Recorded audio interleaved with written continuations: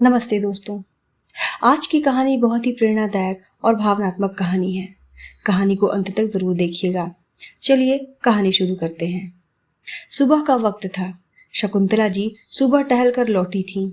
आंगन में उन्होंने देखा कि बड़ी बहू रीना और उनकी बेटी काव्या फिर से कहासुनी कर रही हैं। थकान से सोफे पर बैठते हुए उन्होंने कहा, रीना, क्यों रोज मेरी बेटी से उलझती रहती हो? घर में चैन भी नहीं है। रीना ने तीखे स्वर में कहा, अरे माँ जी, आपको तो हमेशा मैं ही गलत दिखती हूँ। दीदी चाहे जैसा करें, आप आंख मूंद कर सही ठहराती हैं। इतना सुनते ही काव्या आंखें पोंछते हुए माँ के पास आकर बैठ गई।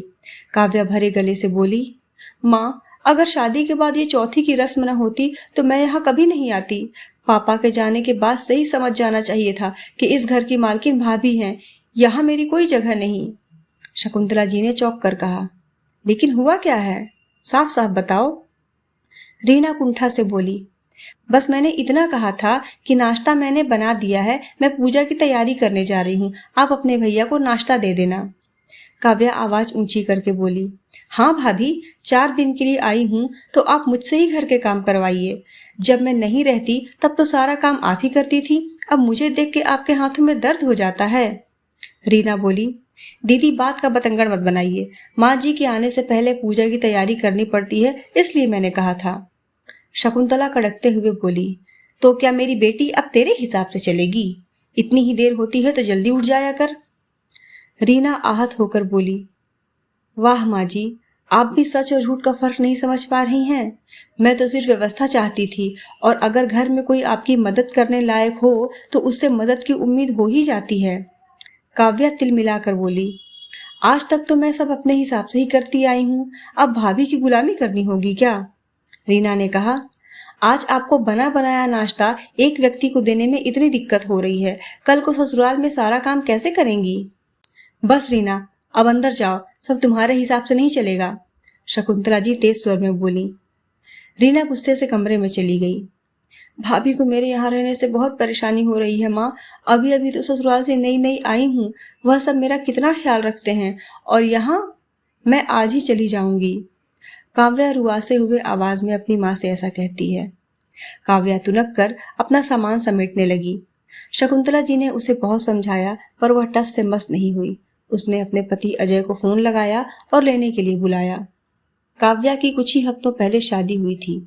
शादी के बाद चौथी के रस्म में काव्या मायके आई थी, 1 महीने के लिए। अभी 15 दिन ही हुए थे और वो चली गई। शादी से पहले काव्या हॉस्टल में रहती थी, अपनी मर्जी का जीवन गुजारती थी। घर के कामों से कभी उसका पाला ही नहीं पड़ा। भाभी के साथ भी ज्यादा रहना नहीं हुआ तो भाभी को भी उसका स्वभाव अच्छे से पता नहीं था। शादी के बाद नई नई दुल्हन से ससुराल अच्छा ही व्यवहार करता है।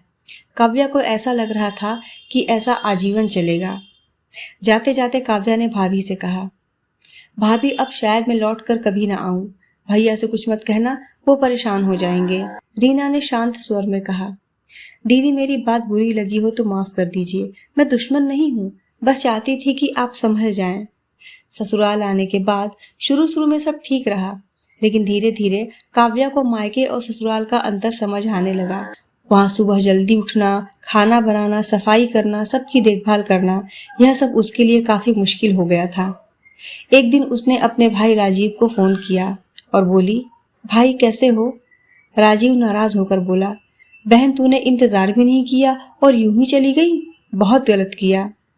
काव्या ने नकली ठंडेपन से कहा, क्या करती भाई, भाभी को मैं पसंद ही नहीं, और यहाँ तो बस ताने ही मिलते हैं। राजीव गुस्से से बोला, क्या तेरे साथ बुरा व्यवहार हो रहा है? अभी आकर तुझे ले जाता हूँ। शाम को राजीव पहुंचा और अपनी बहन को अपने साथ ले गया। घर पहुंचते ही राजीव ने रीना को बुलाकर कहा, रीना, अब मेरी बहन यहीं रहेगी, अगर तुझे ऐतराज है तो तू यहाँ से जा सकती है। रीना की आंखों में आंसू भर आए। अगली सुबह उसने सामान पैक किया और मायके के लिए निकलने लगी। तभी राजीव सख्ती से बोला, ये तेरा आखिरी फैसला है, क्योंकि अब मैं लेने नहीं आऊंगा। रीना ने जाते जाते कहा, जहां सही गलत में फर्क न किया जाए वहां रहना बेकार है। काव्या घबरा कर बोली, भाई मेरी वजह से भाभी को मत निकालो। तभी काव्या के पति अजय आ गए और बोले, हाँ भाभी को रोक लो, वरना तुम्हें ही घर का काम करना पड़ेगा। राजीव हक्का बक्का रह गया। अजय, आप यहाँ क्या कहना चाह रहे हैं? अजय ने कहा, भाई साहब, आपकी बहन झूठ बोल रही थी। सच ये है कि मायके में इसे आराम मिलता है, वहीं रहना चाहती है, वरना ससुराल में तो इसे हर काम करने पड़ते हैं। राजीव ने बहन की तरफ देखा और बोला, काव्या, ये सच है? काव्या ने सिर झुका लिया और बोली, हाँ भाई, गलती मेरी थी, मैंने झूठ बोला। भाभी यहाँ सब काम करती थी और ससुराल में मुझे सब संभालना पड़ता था, इसलिए मैंने बहाने बना दिए। शकुंतला जी का दिल टूट गया। उन्होंने कहा, बेटी, तूने हमारा भरोसा तोड़ा है, अब जा, आज के बाद यहाँ मत आना। राजीव ने अजय और रीना से माफ़ी मांगी। काव्या ने रोते रोते भाभी और भैया से माफ़ी मांगी। अजय ने उसका हाथ थामते हुए कहा, चलो, अब भी वक्त है, घर चलो और नई शुरुआत करो। और काव्या अपने ससुराल लौट गई। दोस्तों, झूठ से रिश्ते टूटते हैं। आराम की चाह इंसान को भटका सकती है, और सबसे अहम, हर घर में समझदारी और आपसे विश्वास ही असली पूंजी है। आप इस कहानी के बारे में क्या विचार रखते हैं, हमें कमेंट करके ज़रूर बताइए। और वीडियो पसंद आई हो तो हमें हाइप करें, साथ ही चैनल भी सब्सक्राइब करें। राधे राधे।